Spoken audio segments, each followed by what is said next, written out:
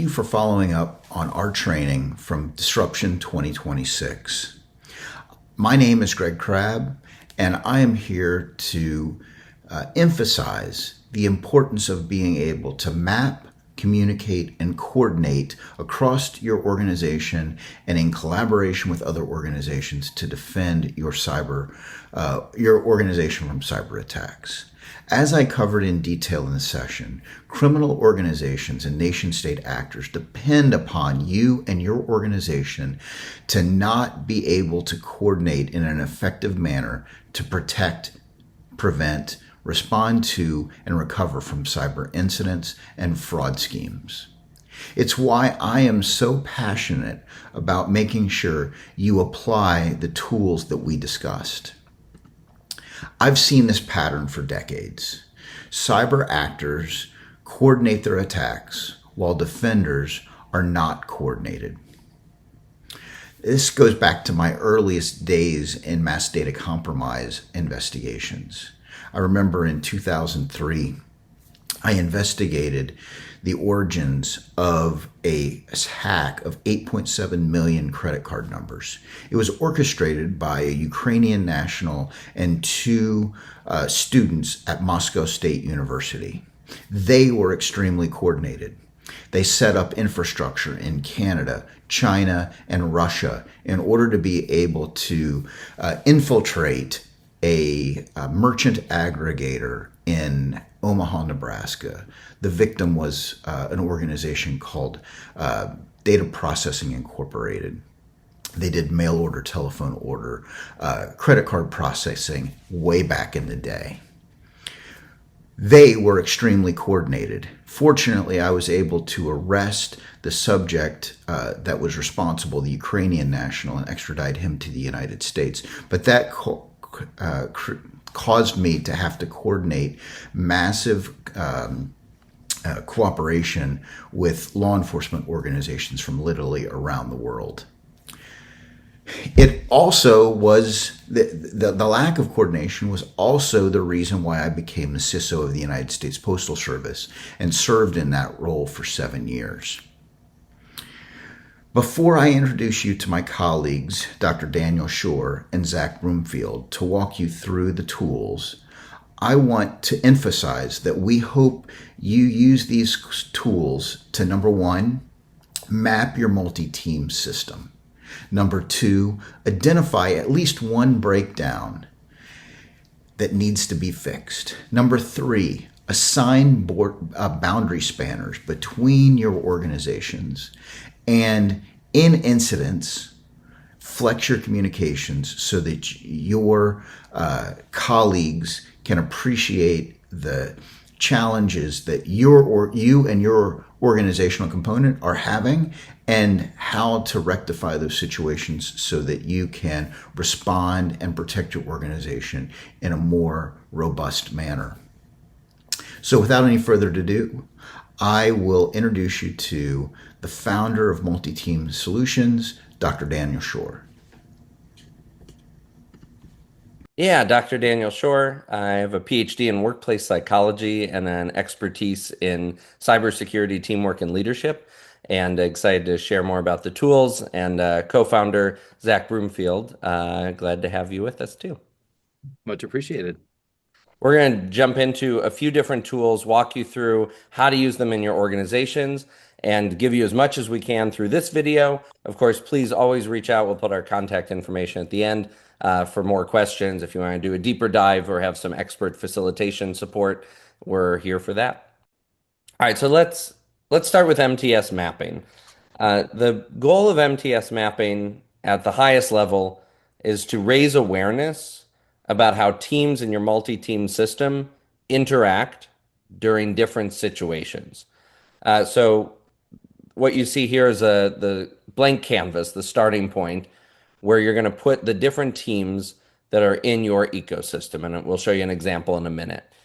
And once you identify the teams that are interacting within your ecosystem, then you want to figure out, all right, what's their typical pattern of communication? And you can see at the bottom, we have a key here of 5 levels of interaction from no interaction. These are two teams that coexist. They don't have any interdependency during typical coordination patterns or during a typical routine operation. Then you take that map and you ask yourself, okay, how do these interactions change for different situations, for an incident response, for a political crisis, for a restructure or reorg? Like, what's the impact on each of those interactions between the teams? And what this allows you to do is really threefold. One is it allows you to see, okay, how do these interactions change? And think about what could we be prepared for? Because we now know how teams typically interact and how those interactions are going to escalate or differentiate themselves during a different type of situation. Okay, so well, again, we'll show you in an example, and I can walk you through it with Greg's support. Another version of this is seeing, okay, well, I actually think those teams should interact more or less. And that can also be a proactive way of thinking about how the current structure is and maybe some of those goal-oriented structures of where you'd like the ecosystem and the team interactions to be. And third is that if you have multiple people in this ecosystem fill out their own maps independently, it then allows you to compare perceptions of how people think these teams interact. And ultimately, what we want to help you get to is a place where you can say, all right, here are the interactions that are the highest impact during typical routine coordination, during some of these higher alert incidents and crises. And these are the areas where we really want to focus on making sure we've got the right people in place, the right interactions, and the right resources that are allocated to these different interactions as well. Zac, anything you want to add before we go to the example? The value of being able to recognize how different people on your team see your team is a critical aspect towards making adjustments to the things that are not working and to double down on the things that are working. But we really only get the opportunity to do that when we start sharing perspectives, which is something we'll talk more about later. Awesome. Greg, you want to go to the example? There it is. So this is an example, and I'll leave it to you to decide, does this represent more of your routine operations or more of your crisis operations? And of course, you'll have your own blank canvas to put your own teams in and map out your own interactions and number those. And so thinking about here across incident response teams, this comes from DHS funded research that I was a part of for 5 years, where we looked at multi-team systems globally in cybersecurity and identified some of the more common interactions and patterns. Now, we kept this map pretty simple. There's, of course, going to be some additional coordination where the arrows go around the outside to get from left-hand teams to right-hand teams, and the teams aren't mapped out in a particular order. This is more to be illustrative of the way that you would use this map, the way that you could think about doing one of these for routine operations and one of these for other types of scenarios, and then also being able to have people independently do this to say, all right, well, I was thinking that it was more of this and you were thinking more of that. Now, if someone says, I don't think these teams interact at all, and someone says, I think they are incredibly interdependent and they cannot operate without each other, start with those conversations. Start where the ratings are more disparate and move from there. Once you've raised awareness, other conversations will come to fruition. Other things will bubble up sometimes in a good way, sometimes in a challenging way, sometimes in between. And really being able to use this tool as a way to open up channels of communication and perception sharing and perspective taking of where are we at? And take a breath, be kind to yourself. When you bring these types of components into your conscious competence, and you start to say like, oh, well, we hadn't been talking about that or thinking about that. Figure out, get precise. Where do you want to start in talking about this? What's going to be the highest impact for you as you use this tool to bring more visibility to something that is often invisible? Thank you, Daniel. And one of the things that I want to emphasize is, as a leader or an individual within a huge multi-team system, your perspective individually is extremely important.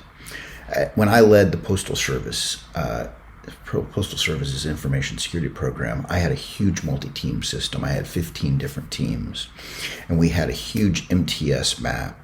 And it was critical for each of the organizational components that reported up to me to be able to communicate. So we're going to take a few minutes now and have Zac share this whole concept of communication flexing and understanding your communication styles and the communication styles of those with you. So without any further ado, here is Zac. So as discussed at the conference, there are 4 styles of communication that multi-team solutions trains on. They are the supporter, promoter, analyzer, and decider.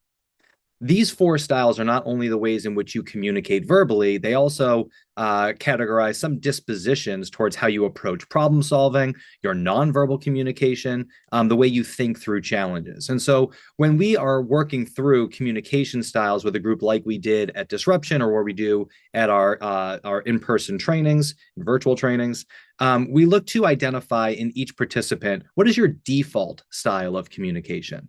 And the default is the one that you are going to gravitate to most naturally. This is where, how you were brought up and the work environments that you've been in. These are the things that you come to the most naturally. They're not the only ways you can communicate, but they are the ones that you, as we said, default to most regularly.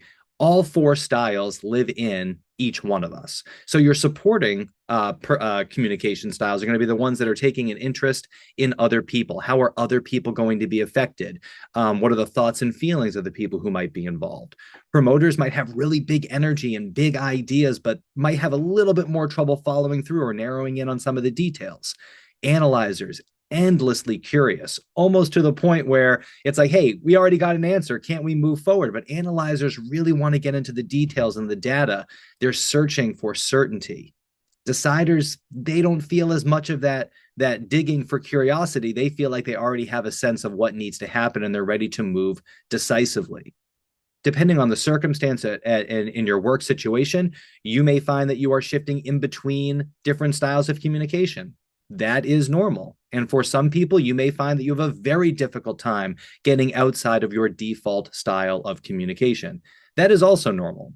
One thing that we like to advocate and I'll reiterate and deepen the understanding, is that all 4 styles of communication are accessible inside of you. And what you can do is to intentionally practice flexing outside of your default style of communication. A flex might be that if you are somebody who is a natural decider, you're somebody who quickly reaches conclusions and you're ready to take action on those conclusions, we might invite you to flex your style of communication, which is to ask somebody else what they might think. That could be a flex for supporter. If you're a decider and you're ready to take action, but you want to flex analyzer, you might slow yourself down and ask one more probing or data-driven question. There are lots of different ways that you can flex, and they could be in that verbal way of flexing, but they could also be nonverbal ways of flexing, which is to say, instead of taking on a role as a decider, again, we'll stick within that example, you could be flexing some of your disposition, and you could delegate out a task. You are a decider and you might be prone to taking action all on your own, or you could be a decider and then flex delegation, which is to say, I'm not going to take control of this.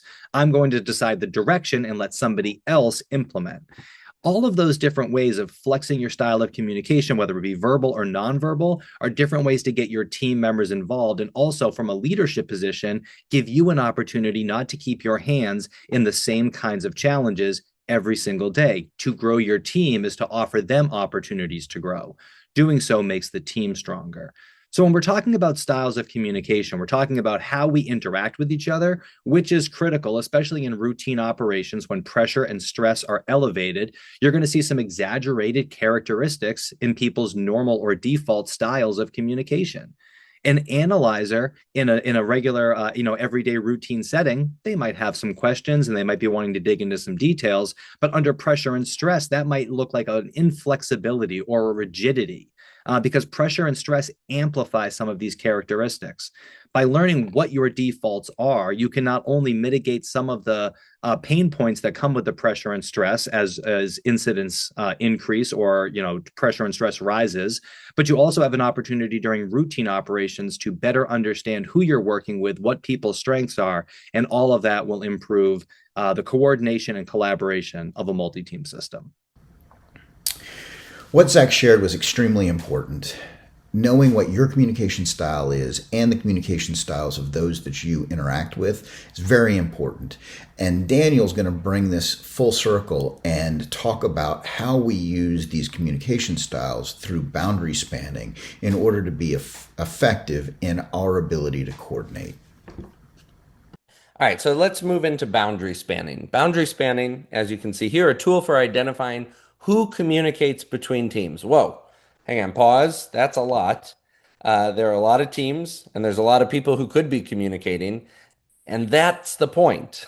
We want to streamline communication here. We want to get proactive plans in place for when you're in a crisis or higher stakes situation, and then think about those things now. Hopefully, a calm before whatever that next storm is. So boundary spanning, high level, is your initiative to establish and then retain and maintain linkages between teams within your organization and also between teams and external organizations. Now, that could be, you could think about that as there's one boundary spanner from your organization to another, or it could be that there are multiple boundary spanners depending on the purpose and the situation. The reasons for doing this, let's talk about the why up front. One is so that you know who is responsible. Doesn't mean even that they have to be the one directly communicating at any given time. It is that they are responsible. And we'll talk about how to set up that boundary spanning protocol. It's also about making sure that the other parties know who is responsible. And so putting a plan in place, of course, plans can change and we can be adaptive. And having a point of reference is the first step in being able to be more proactive than reactive.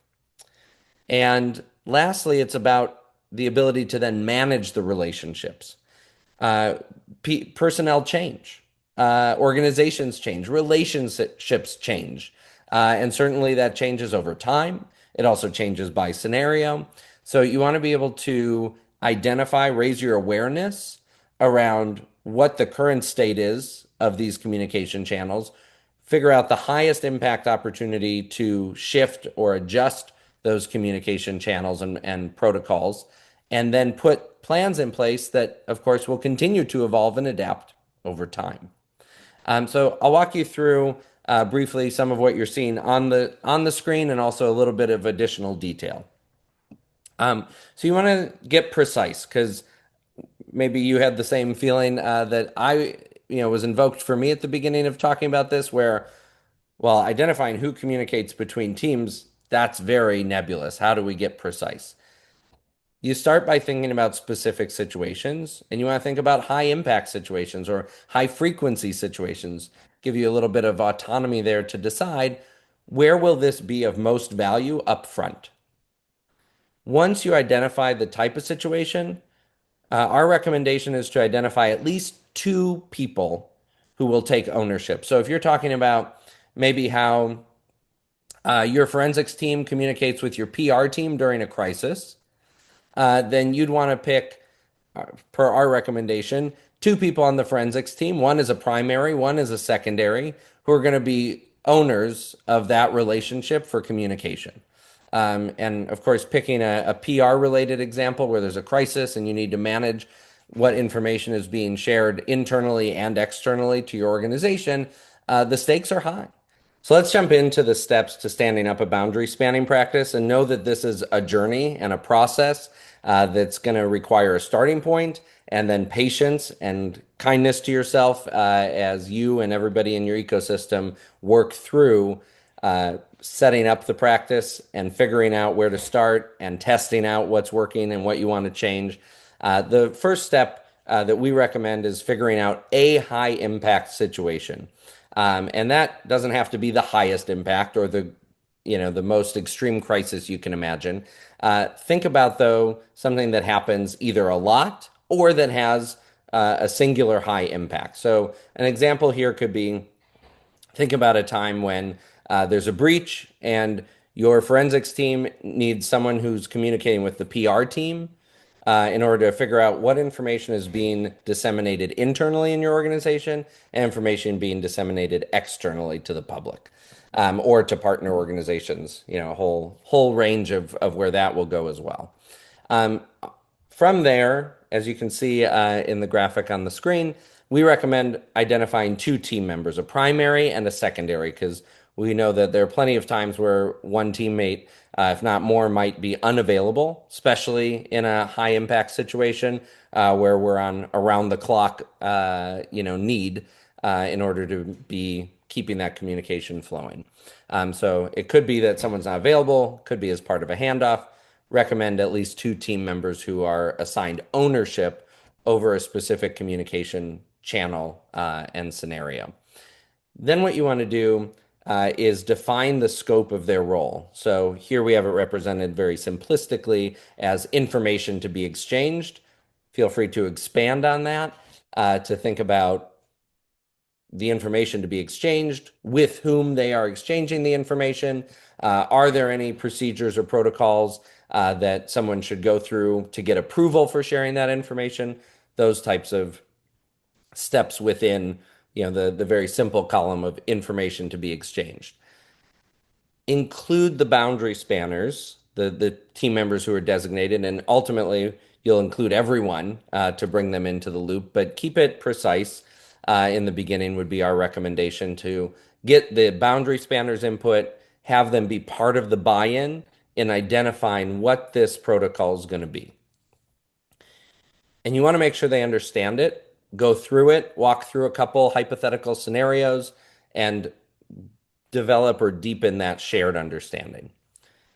From there, make sure everybody else knows what's going on here so that they know that there are people who have ownership. They know who to go to, whether it's within the team, the other team, the PR organization in this example, people from outside organizations. You want to be able to make sure that you have a protocol in place that is known.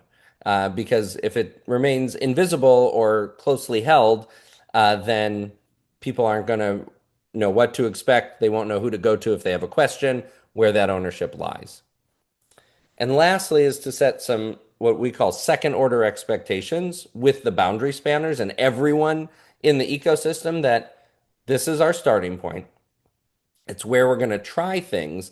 And the second order expectation is that whatever isn't working about this, we're going to continue to adapt and evolve over time. So the first order expectation is this is what we're going to try. The second order expectation is what you're going to do if and when parts of this protocol need to be revised. Ultimately, we're looking at a way to get more precise and make visible communication channels that probably are already happening, though they might be happening, at least in some scenarios, in maybe a haphazard or unregulated way.